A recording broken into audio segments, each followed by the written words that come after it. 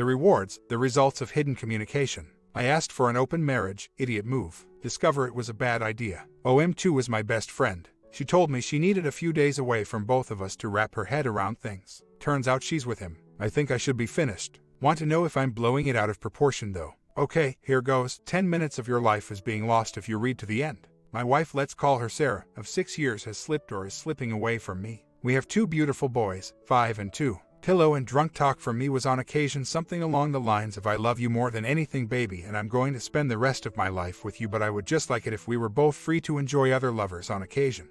Her response was always along the lines of you're the only man for me, I can't even imagine being with another person.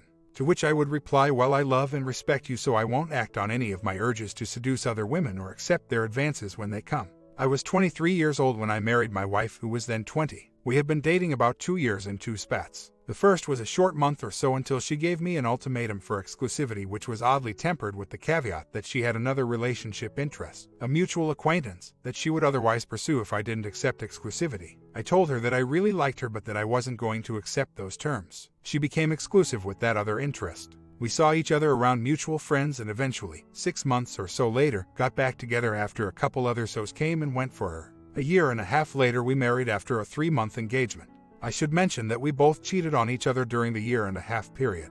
3 times total with 2 women, or with 1 man, John, we'll call him, and twice, she said. We talked about it before the engagement and were both able to forgive and trust again. Early in the marriage we had some bonding troubles where I would get angry and offended at her lack of affection and intimacy. This exacerbated her introverted tendencies. We mostly resolved those problems. I self-diagnosed myself with NPD, narcissist personality disorder, and tried very hard to stop being so self-centered and demanding. Things got much better, but I never really felt like I was quite meeting her needs. She always insisted that I did. She knew how I felt about the idea of an open marriage, and I framed it in my mind less as I want to have extramarital intimacy with other women and more as my wife is moderately introverted and less experienced than I am. An open marriage may help her open up and discover herself more. I thought that what we had was so strong that we would never have to worry about an open relationship causing trouble. She was leaving town for a week a few months ago to visit family. We moved from a medium-sized town where she grew up, 150,000 residents, to one of the big 3 major metropolitan cities in the U.S. about 3 years ago. I told her before she left, feel free to hook up with whomever you would like while you're down there, except John, ref above, and she brushed it off as silly. When she got home a week later, she was obviously and apologetically affectionate with me for the first day or so and then confessed to having been with John twice while she was away. Caught in something of an emotional turmoil because I knew her relationship with John wasn't just a physical one, I expressed some hurt. She thought that the experience was good for her and that it would help her open up physically. I acquiesced partly because I thought she was discovering herself more and also because the idea of an open marriage was appealing to me. I didn't really make much effort to find an extramarital partner, though I wanted one. I knew I was infatuated with the idea of having one, but my time is pretty much all spoken for between my 60-hour-a-week job and family. A few weeks, maybe a month later, I realized that my wife was attracted to one of my best friends. Let's call him James. I really only have 2 apart from my wife. I had known for a long time that he was attracted to her. When I suggested that they give it a try, she expressed that it would be weird and a bad idea, but I could tell that she wanted it. One night the 3 of us were having a few drinks at his place and were winding down. I could sense that she was hoping I would give them some space. I whispered that to her, and she expressed agreement, so I went home to clean the house for an hour or so and then came back to pick her up. They both really enjoyed themselves, and we talked about it a few days later and agreed that repeats would be okay as long as everyone was okay with it. After it happened a few more times over the course of the next couple weeks, I started to feel jealous and neglected. I talked to her about it and let her know I didn't mind it happening on occasion, but that I didn't want them to be so frequent and at the expense of our time together. We discussed maybe having her stop altogether, but settled on less frequency. Like I said, I work a lot and sometimes feel that my role as breadwinner gets in the way of my ability to take care of her, so I didn't want to take something away from her that she was enjoying. Things didn't slow down much, and that really hurt. There were several nights that I cried myself to sleep with her holding me because I felt so insecure about it and just had a feeling that he was taking better care of her than I could. I feared that they had better physical and emotional compatibility than we did. I expressed this to her. She always insisted I not worry, that I was the most important person in her life and that she loved me and would always respect our marriage first. This emotional state for me was something new. I had only cried once in the 6 years prior, and that was when I lost both of my jobs in a 2-day period back when the economy crashed in 8. So, I still didn't put an end to it. I trusted her and let things continue. not without a couple repeats of the same sobbing and consequent reassurance. The friendship between James and I started to wane a bit at the same time that my other best friend moved out of state.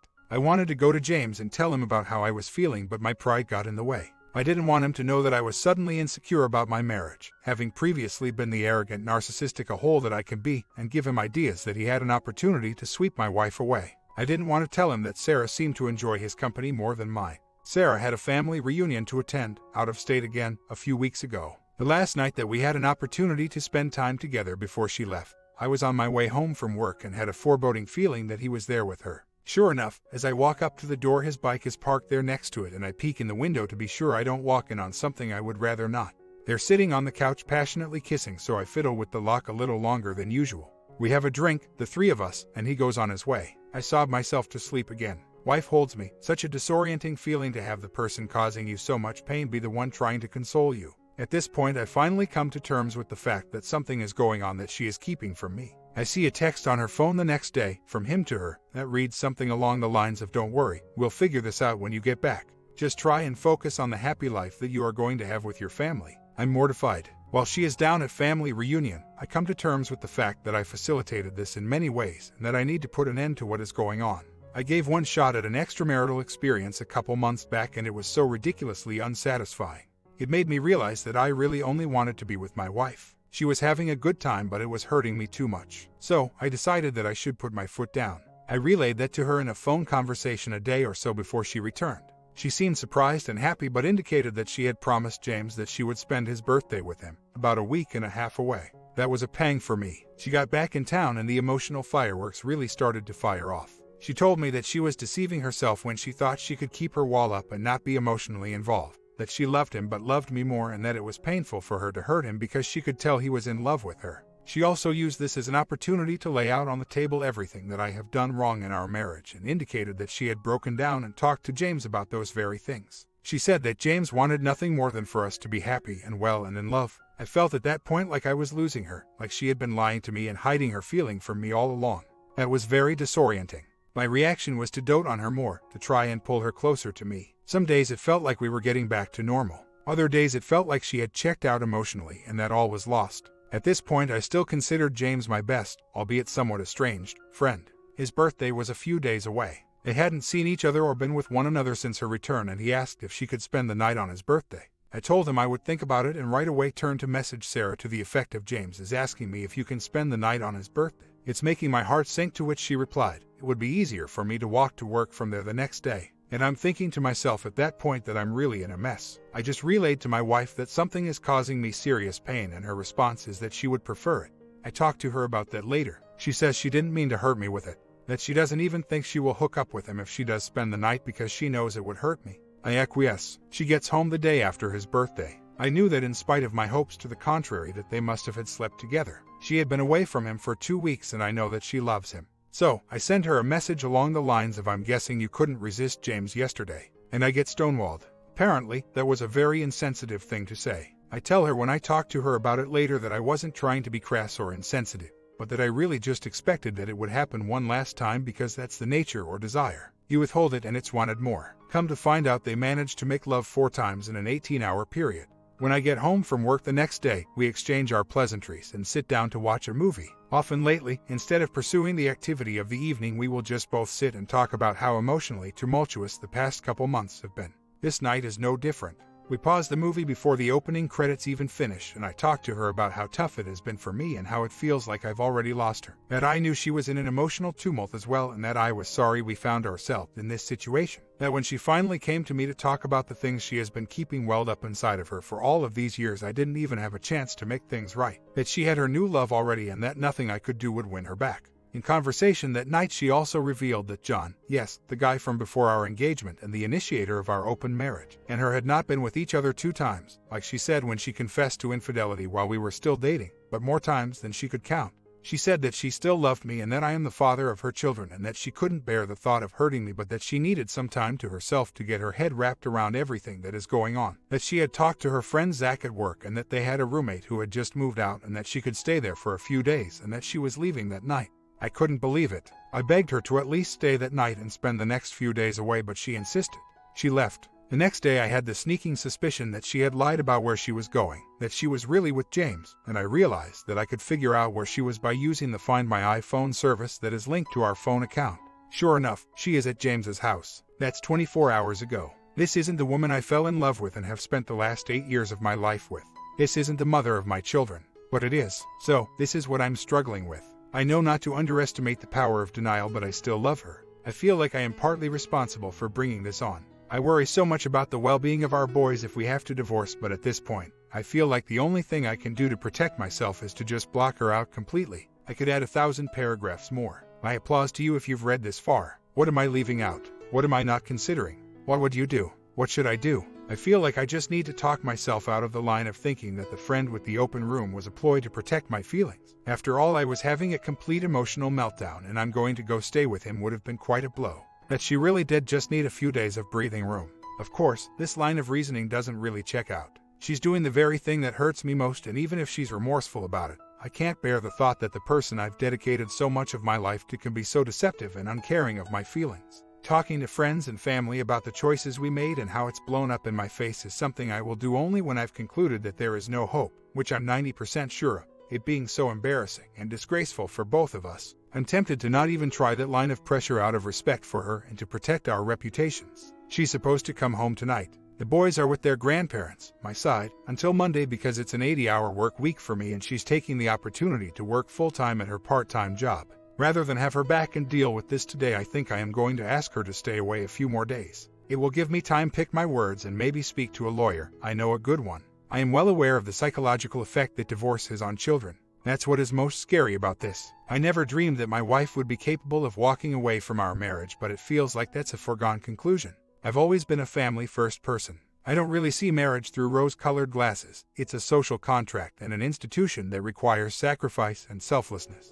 I always thought of my wife as someone who could be trusted, and the fact that she seems to care so little about the promises she's made is tough. If it comes to divorce, I think I am going to push for bird's nest custody for the first few years. Anyone with experience with that care to share their experience and how it affected the children. We've had some amazing years together actually. We were completely open and honest. My objections were tempered with approval and I allowed things to get out of hand. The only big lie or cheating that has taken place has been the past few days. I'm going to try and talk to her rationally and calmly soon and not load my conversation with pleas for love and hope for the future. I'm going to tell her how incredibly hurt I am and apologize for the things I've done that have hurt her. I'm going to tell her that I value our family above all else and that I will do my best to do right by them whether she decides to stay or leave. But I'm not going to break down or make it about me. I'm going to tell her zero contact with James and I will never speak another word to him. If she's not 100% on board, I will contact a divorce attorney immediately. She'll be home in a couple hours. In retrospect, I agree that an open marriage is a bad idea. However, at the time that I pushed for it, I was making a different subjective value judgment regarding monogamy. I would think that nobody can honestly claim that they have never lusted after someone after meeting their soulmate. The primary potential problems that I saw were jealousy and loyalty. I was the narcissist that thought myself so secure in my relationship that I wouldn't have to worry about the jealousy. And she was so incredibly loyal in spite of the financial and emotional hardships I put her through that I didn't think I had to worry on that front either. At this point, all I know is that she lied to me. I don't know that she did anything inappropriate with him over the past couple days. It's entirely possible that she resorted to his place to avoid questions from friends and coworkers. I've always trusted James and he's been one of my closest friends for a couple years. For all I know, she's been set on leaving me for a couple months now and he's been the one trying to convince her that she should stay with me. On the other hand, my intuition tells me that she did cheat. We've been married for over 6 years now, though, and this will have been the first time. Remember, I brought this on with my libertine and arrogant mindset. Perhaps I shouldn't have left out that there was one occasion a year ago and another about 3 years ago when I cheated.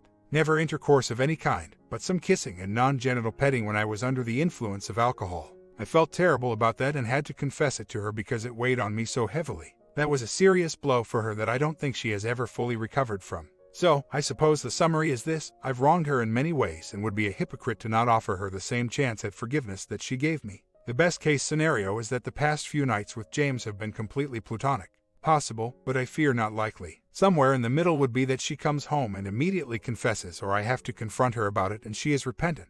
Then, in turn, she agrees to the terms I set for me to continue in the relationship.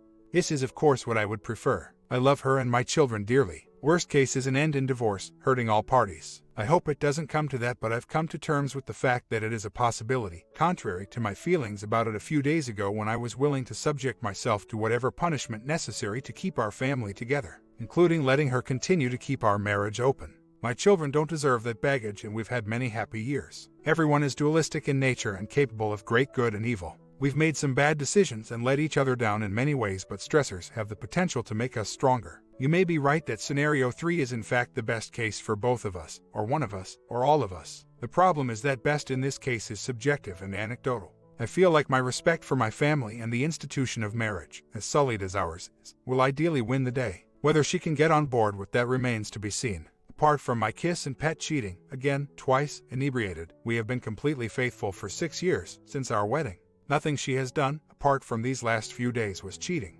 And I don't even know the facts of that matter. She did come home. Not a short enough story to type up on my phone. Heading to other man's house right now for a drink and a conversation. I'll give details of last night and tonight later. Alright, as quickly as I can get this out.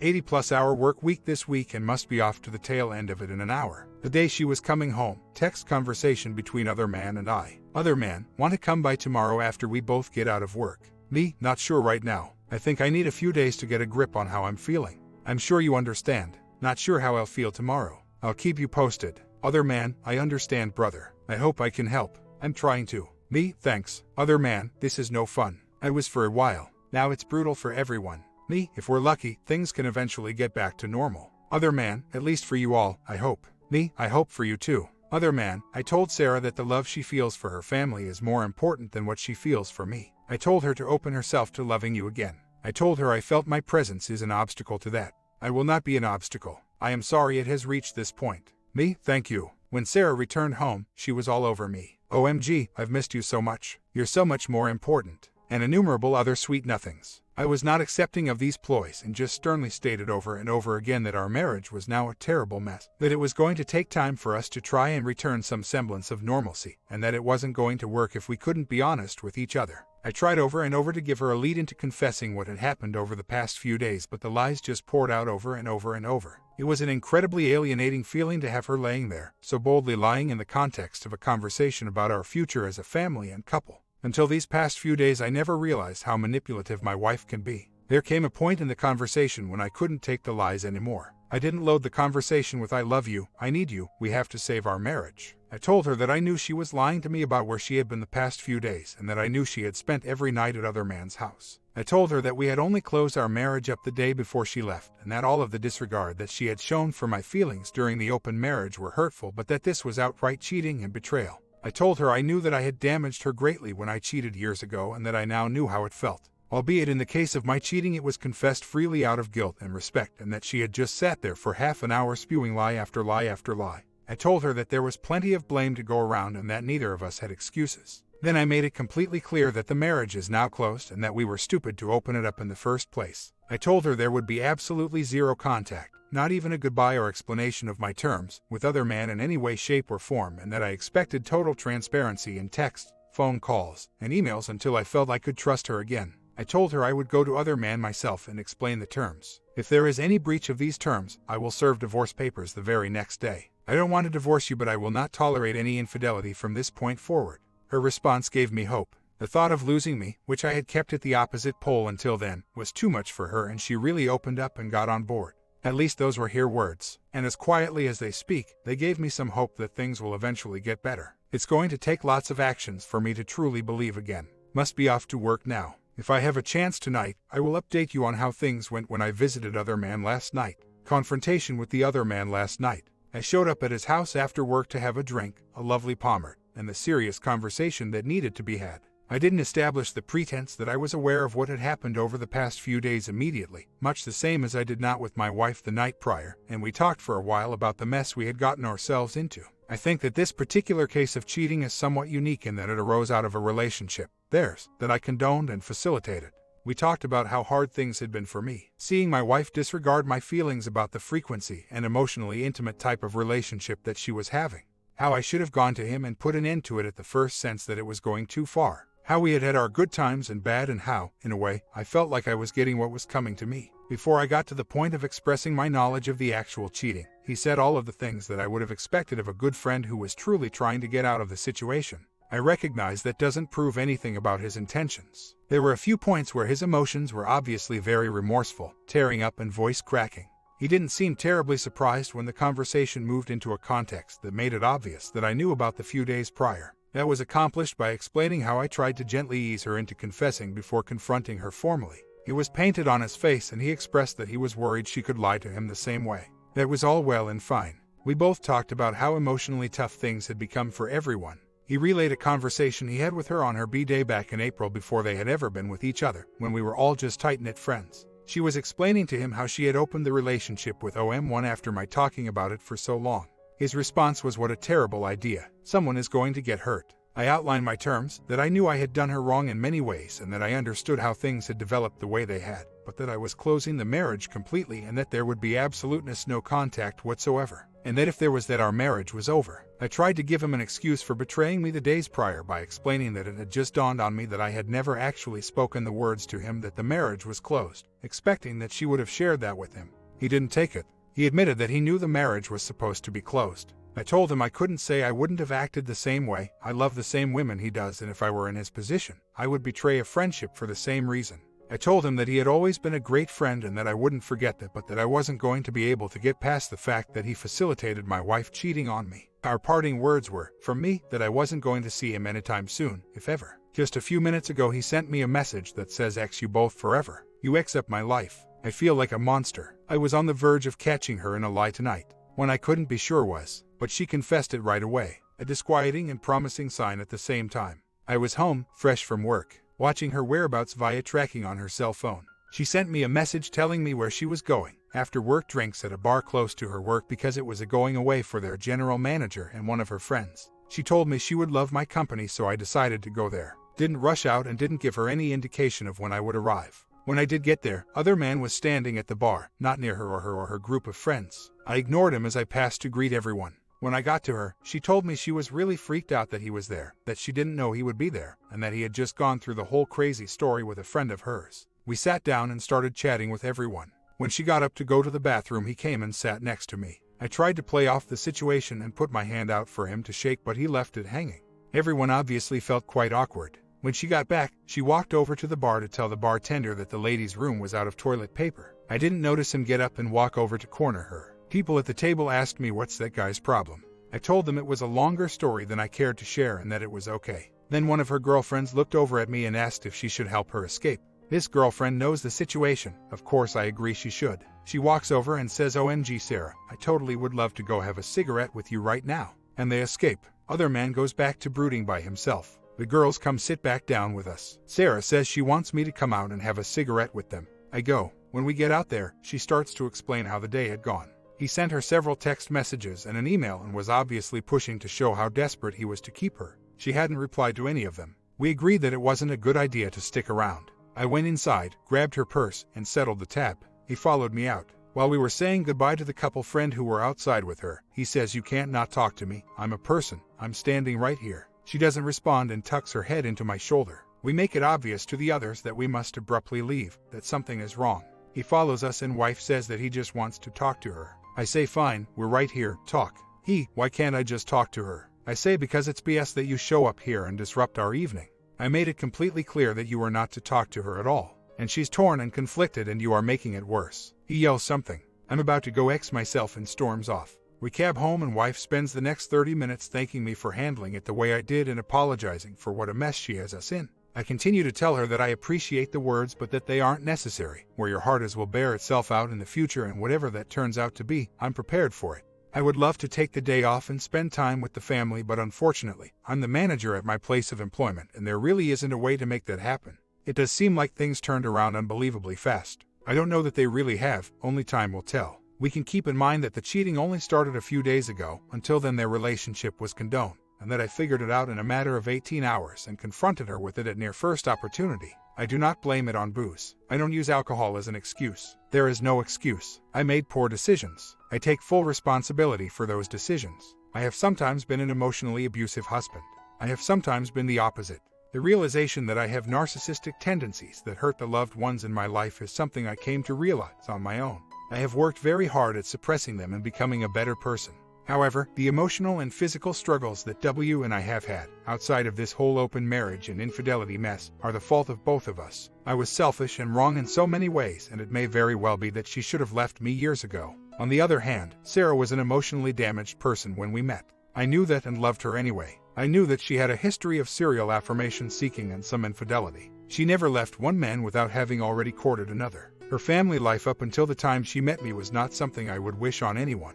Her older sister, same mother, different father, by 16 years, was the daughter of an ex who severely exed her and her mother and was later gone. Her mother's second husband was a severe alcoholic and deadbeat dad who kept only a part-time or odd job if at all. Her mom was forced to work long hours outside of the home for their entire life, and needless to say she has severe issues of her own, owing to her previous marriage, drugs, and who knows what else. Those issues are often reflected in Sarah, and I've done my best to be patient, kind, loving, and try to help her understand herself better and grow. She's thanked me countless times throughout RM for the way I have patiently loved and supported her in spite of her issues. Sometimes I've been very selfish and forgotten who I am. It's as simple as that. No excuses. I didn't push her away in a vacuum. Sometimes it was her not letting me in for deep-seated issues that I couldn't control. Other man has been off the radar ever since the day after the previously described incident.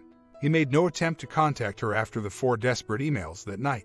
He did have conversation with me the next day via text message. Other man, just to reiterate, X you forever. May your decisions haunt you always, and may you never find happiness again. You X up my life. All I wanted was to say goodbye to her. I told her to go back to you, you selfish X. Me, you betrayed me. I shared the most wonderful part of my life with you and you betrayed me. You brought this whole sordid mess into a public place and disrespected and embarrassed both of us. Next time I feel you encroaching on our attempt to pick up the pieces, we will file a harassment restraining order against you and reveal this entire story to your family. Your words were reassuring the other night, but your actions tell me that you are selfishly lashing out to regain what you had. Other man, X you and your ultimatums. Next time you X your wife, remember you can never satisfy her the way I have. You are incapable, impotent. Me, you hold on to that sweet reassurance. It's good for you. You'll need the confidence later when you're hopefully trying to win the love of someone who doesn't have children and a husband. Other man, I didn't have to win her love. It was there for the taking. She wanted to go. I sent her back to you. Never forget that. Me, why thank you St. James. I'm sure you would never have touched her again. Other man, because you trust your wife. Is that why you believe what you believe? Me, I have wronged you in no way whatsoever, but if you keep this up, I promise you I will. Other man, you have wronged yourself, your children, your wife, your lovers, and me. Don't fool yourself. See you never. Me, I sure hope so. I'm tempted to stop monitoring her. Most of the time I feel like the trust between us has returned, but occasionally I have a pang of panic when my justified paranoia kicks in. Better safe than sorry. Final update. Well, scratch the possibility of reconciliation in this marriage. Found out the night before last that no contact has been a naive illusion on my part. She was working late, so I zipped over to her work only to find it closed. Went from there over to the other man's place and waited outside until she walked out. Later that night she says, I'm sorry I hurt you this way and that you were not enough for me. So that's that. Time to move on. I am not sure how to resolve our living situation. My thought was to move out to my parents' home where the boys currently stay weekends anyway, but my parents have 5 foster children and that arrangement will not work for them. Really, the only acceptable arrangement I can think of is to continue the bird's nest custody that we discussed previously. I work 60+ hours per week and simply am unable to go the single-parent route. I would only be able to see my boys 2 days a week, and that would make custody about 60/40 in my favor when taking into account that they spend 2 days a week with their grandparents. Still, that would result in a hefty child support payment in her favor. My focus now needs to be on taking care of my children and working on myself. Must get this nice guy syndrome under control and provide a stable environment for the boys. Well, tonight is night number 2 where I come home, STBXW, and I chat a few moments about practical things, and then she's off to spend the night with the other man. If I need to be at work in the morning, she comes home around 7 a.m. If not, the boys are mine. The panicked feeling that I get, first from her original walkouts and then later when she would leave to be with other man, while I was trying to convince her to at least divorce gracefully and with some class, has subsided. I'm feeling entirely indifferent to her behavior as it relates to me. It feels good to let go. The owner of the company I work for, who is also a bit of a mentor to me and whom with I've had some conversations regarding my marital predicament, thinks that it will only be a few months until the STBXW comes back apologetic and ready to try to repair the marriage. And that when she does, he thinks I will not take her back. I think he's wrong on the first point and somewhat inconsequentially right on the second. I believe her and the other man will actually be happy together for many years. On a side note, the positive energy of the past couple days has spilled over into everything. I've gone the entire day without a cigarette. I've smoked anywhere from half to a full pack a day for the past couple years, and it's time to quit, for my boys and for my health. I almost feel bad for the STBXW. I sense her sadness of being found out and being emotionally let go of. Part of me is completely apathetic to her plight, the part that now looks over the way she has treated me over the years without the rose-colored glasses, and then another part that just feels a genuine sadness. Sadness for my boys. They're now being relegated to an existence where the marriage that brought them into the world is being dissolved. Sadness that, in spite of my being completely willing to shoulder my share, and then some, of the responsibility for the poor condition of our marriage and my total willingness to forgive her affair, she still didn't have the courage to honor her family over some newfound infatuation. I suppose it's all for the best, better to have found out the true nature of her character sooner rather than later. I've also come face to face with plenty of my own demons these past few months. Facing them and being the best father I can be is my new task at hand. As fun as it sounds to find someone wonderful to date right in front of my STBXW's face, I'm going to hunker down on me and mine for a while and relearn selfishness as a virtue. Today I opened a separate bank account and changed the password to all of my email and social media accounts. Haven't heard a word from the STBXW and haven't had a moment's inclination to contact her. Haven't had a cigarette in 2 days, starting to feel a little bit irritable. Took the boys out to Five Guys after picking the eldest up from school, then trekked across town to buy a children's book. Good day. My comment, good stuff. The first 2 weeks are the hardest. Once you get past that, you'll be doing all right. What do you guys think of this full lesson? Did OP do the right thing after a long struggle in this marriage? Comment down and I'll bring you another lesson in the afternoon.